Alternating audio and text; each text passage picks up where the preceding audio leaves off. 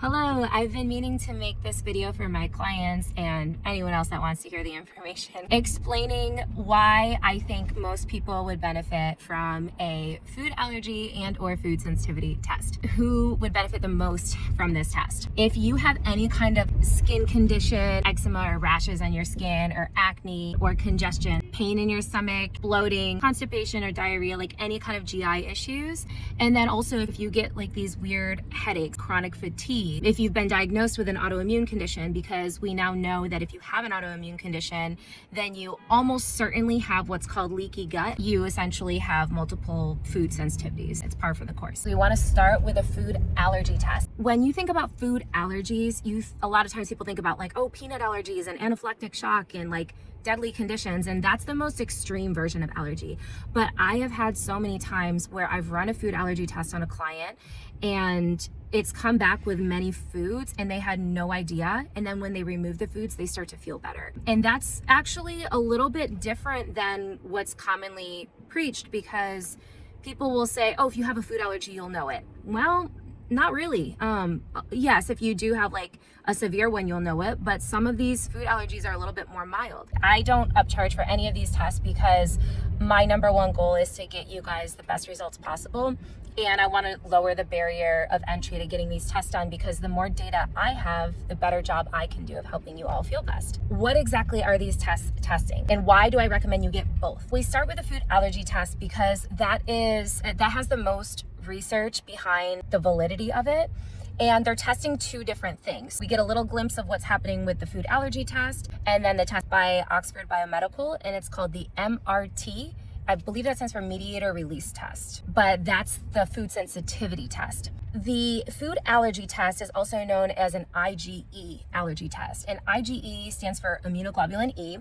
In your immune system you have, and I'll probably edit this and throw up a picture of the white blood cells in your immune system, but I want to explain this so you understand what we're doing and the limitations of the test and how to actually apply it. What's happening is your immune system is making this antibody called immunoglobulin E, and that antibody is essentially like reacting to the food protein. The food is not harmful, but the body thinks it is, so it mounts this like attack response, and then it gives you symptoms. It essentially like initiates what are called mast cells to release all kinds of like these inflammatory mediators into your body, and that's associated with anything from anaphylactic shock to hives or swelling or congestion, some of those more classic allergy symptoms. Now, food sensitivity symptoms are different because these are more like those chronic low-grade things, and it can take up to 3 days for those kind of symptoms to actually like manifest. So these are things like headaches, fatigue, GI issues, and also a lot of the same issues with food allergies. It's just not anaphylactic shock with the food sensitivities.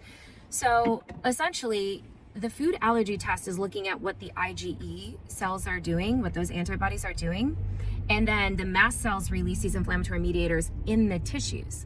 But the MRT, the food sensitivity test, is basically measuring the volumetric changes of your white blood cells. So if you're eating a food and your body has decided, okay, I don't like this food, it's tagged it as like a foreign invader, mistakenly, but for some reason, your immune system went awry, and that usually stems from leaky gut. And for that reason, it, starts releasing all of these compounds that cause a reaction in you. And so if we can do the MRT test, we'll be able to see other parts of your immune system that are reacting to these foods.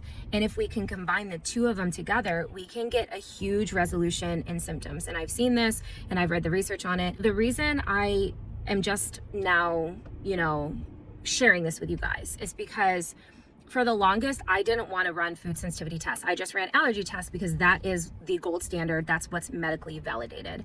But you guys know I go down my research rabbit holes, and there definitely have been reports. There's definitely reports of cases where people aren't getting the benefits that they want from an allergy test. Like, okay, they've removed the allergies, but there's still something going on. And so it's almost like in the medical community, we know there's other ways that the immune system can be reacting that's not picked up by the allergy test. Classic example is something called like mast cell activation syndrome, MCAS, mast cell activation syndrome. And that would not always be picked up by a food allergy test. So there's like these gaps in what we're able to test. If you are going to get this food sensitivity test done, when you get your results back, you're going to see like, okay, these are the foods that when we expose to them, there's volumetric changes in your white blood cells and it's creating symptoms in you. And when you eliminate those foods, then you can really start to feel better. And it usually takes about sometimes, 2 weeks, but realistically you want to try to plan for like a solid 3 months of eliminating these foods that are flagged as being problematic for your immune system. Now, food allergies, typically they're more long-standing. So with food allergies, honestly, if it's a more severe one, they say for life you want to eliminate it. But if it's a more mild one, you may not have to eliminate it for life, but you would want to talk to your doctor about that. Make sure your doctor is like approving that piece of it. But I am really excited to bring this to you because the research that I've been reading has shown a lot of promise for this specific MRT test. And this is a very different kind of test than what the standard food sensitivity tests have been up to this point. So standard food sensitivity tests are looking at your IgG immune cell or antibodies. They're produced by your immune cells. And there's been a lot of like pushback against those tests in the medical community, and understandably so, because your IgG levels can be high, but it doesn't always indicate negative things happening in your body. They argue that it actually can indicate tolerance, or like just foods that you eat a lot of you'll tend to have high IgG antibodies to them, and eliminating those doesn't always give the best results. And so that's why I've steered away from those kinds of tests, because I had trouble justifying like having a client spend $300 on a test that like was very controversial. So this test is very different than those IgG tests. It's measuring something different, and the research that's been done on it so far has been very promising.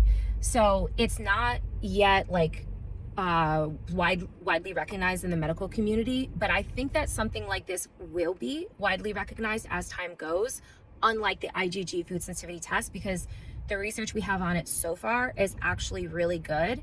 And one of the reasons why it's not like that accepted yet, one is because like it takes time for things to catch on in the medical community. Like we need to see a lot of research to validate it and to be able to say like, okay, this gets our stamp of approval. The research that has been done is good. There has not been like a randomized double-blind placebo-controlled trial in humans. There have been trials in humans that have shown a lot of promise, 2 different ones, which I can put a link to. I'll probably post this on YouTube, and then I can post a link in the description on a couple of those studies that I'm referencing that have shown that this test really helped to improve people's symptoms after they eliminated the foods that were being like activating to the immune system. I think that's everything. My mom is in the car next to me, and if you heard anything I said, I'm not putting you on video, but do you have any questions on anything I said, or like is there anything that you would want to know, because you're going to be taking this test in January? So like, is there anything that like you want to be informed of before you take the test? Yeah, I would just want to know if I'm eating the same thing every day, which I do a lot. If it's going to show up as a problem, is that true or false? What they say is that if you are eating that food and it comes back negative, it's highly likely that that food is safe for you. So if you're eating a lot of it and it comes back positive, it would still, like, it comes back that there's a large volumetric change, and this is specifically for the MRT test that I'm referring to, then, so they're gonna show you, like, there's a little bit of a volumetric change. It'll show you a bar graph, like how much of a change. So, like, let's say, give me a food that you eat a lot. Eggs. Okay, so, and eggs are a common allergen. So, like, let's say eggs came back as, like, this really big volumetric change. Boulevard. Oh, it's just not talking. Then, like, if it comes back as a really large change, then yeah, it probably would still be good to try to eliminate it for those 3 months. If it comes back as like a medium to like a high-low reactivity, you would probably be able to get away with like having them like a couple, like once or twice a week. And this is just me talking, because this is not like what they say, but this is my educated guess, because it's the overall load that matters. So like if you're eating a ton of foods that are constantly like I always say like poking at your immune system or like pissing your immune system off, then imagine a bucket, and I actually meant to tell you guys this in the beginning. Imagine a bucket that overflows.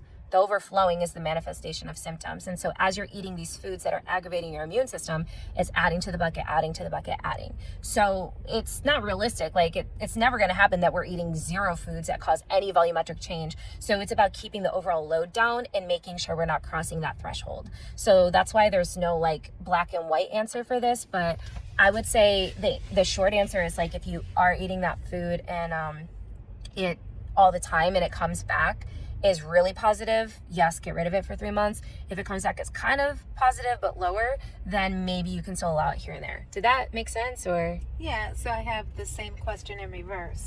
If I've stopped eating things that we thought were bad and it shows up negative, which it has on other tests, then is that just because I'm not eating them, and should I go back to them or not? Yeah, so there is that slight chance, but definitely I've seen cases where someone has not been eating the food. Actually, I know this happened with me too. Like, I have not eaten gluten or dairy in like 13 years. Like, gluten, almost no exception. Dairy, this is a whole other topic, but I had camel's milk. So like that was a while ago. But point is, like, both wheat and dairy flagged on my, because I already did this test. You guys know if I'm gonna, you know, encourage you to get it, then I'm gonna try it myself. And like, I obviously believe in it.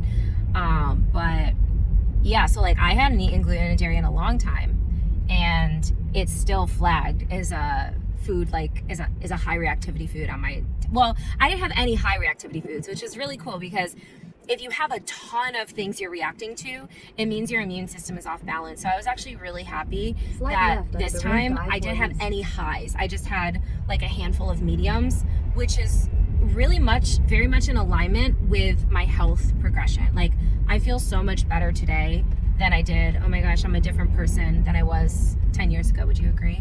Oh yeah. Yeah. So she's seen me. So, and talked to me even though I wasn't in a quarter mile, like merge onto nearby I-40 at the time. But so the way that they say it when they give you the test is like, if it shows low, you can include it even if you've been staying away from it. There is a caveat with this test. It doesn't, there's still a gap in our ability to properly assess foods that are triggering mast cell activation. So, and then with something like rheumatoid arthritis, there may be another subset of something that's reacting that may not be picked up by this test.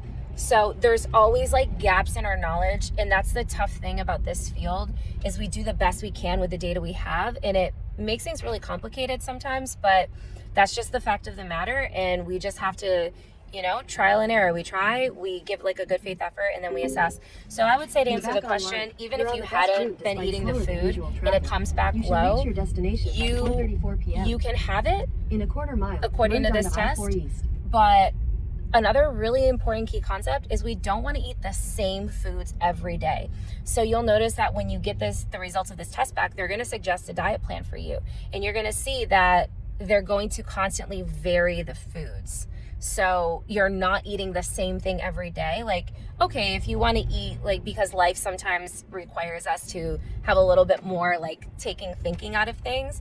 So it's okay if you, like, you know, have a couple days in a row where, okay, yeah, it's a lot of the same foods, but like next time you cook a meal, try to use different ingredients. Every time you go to the store, like, get a bunch of variety. Don't get like 10 bags of broccoli. Get like a bag of broccoli, a bag of cauliflower, a bag of radishes, carrot, like all the different veggies and fruits and stuff.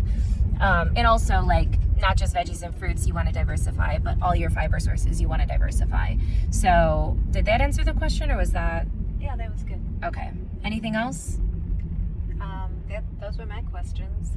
Okay, cool. So if any of my clients have any questions, then please let me know, and I will do a part 2. I'll honestly probably do a part 2 with an actual case example, and I'll like de-identify the name, HIPAA, and that way you guys might have a better idea. But I really believe that this test will benefit a lot of people, and I want to make sure we're doing everything we can to help you feel your best. And that's why I wanted to shoot this video, so I could explain it one time for 17 minutes versus 30 times for 17 minutes. Because, yeah. You get it. Okay, bye everyone.